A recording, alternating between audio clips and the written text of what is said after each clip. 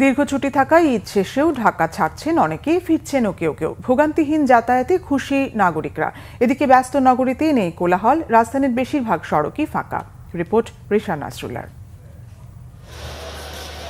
রাজধানীর কমলাপুর রেল স্টেশনে নেই চিরচেনা ভিড়। অনেকটা লোকাল বাসের মতো প্ল্যাটফর্মে যাত্রীর অপেক্ষায় ট্রেন। দীর্ঘ ছুটির আমেজে ঢাকা ঈদ করে বেড়াতে ঢাকা ছেড়েছেন কেউ কেউ।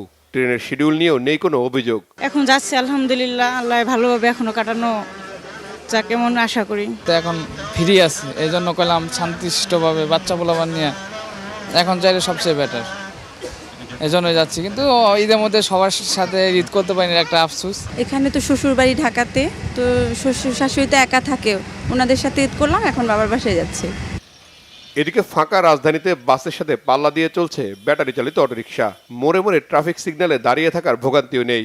ব্যস্ত নগরীর এই চিত্রটা বেমানান বলছেন নগরবাসী। ফাঁকা থাকলে তো যাতায়াতের সুবিধা, চলাফেরার সুবিধা, এটা আরামদায়ক। কিন্তু ঢাকা তো ব্যস্ত নগরী, এখানে ব্যস্ততাটাই স্বাভাবিক। সেজন্য ধরেন একদম ফাঁকা থাকবে সেটা মানায় না। অন্যান্য সময় থেকে রাস্তাঘাট অনেক ফাঁকা, এতে আমাদের অনেক রিল্যাক্স লাগে, অনেক ভালো লাগে। রাস্তাঘাট ফাঁকা, লম্বা ছুটি, সব বাড়ি চলে গেছে, এখন মোটামুটি ভালো লাগছে। আমাদের মোটামুটি একটু রিল্যাক্সে আছে আর কি। দীর্ঘ ঈদের ছুটি শেষ হবে শনিবার, তাই রবিবার থেকে চিরচেনা রূপে ফিরতে পারে রাজধানী। রিশান নাসরুল্লাহ, বাংলাভিশন, ঢাকা।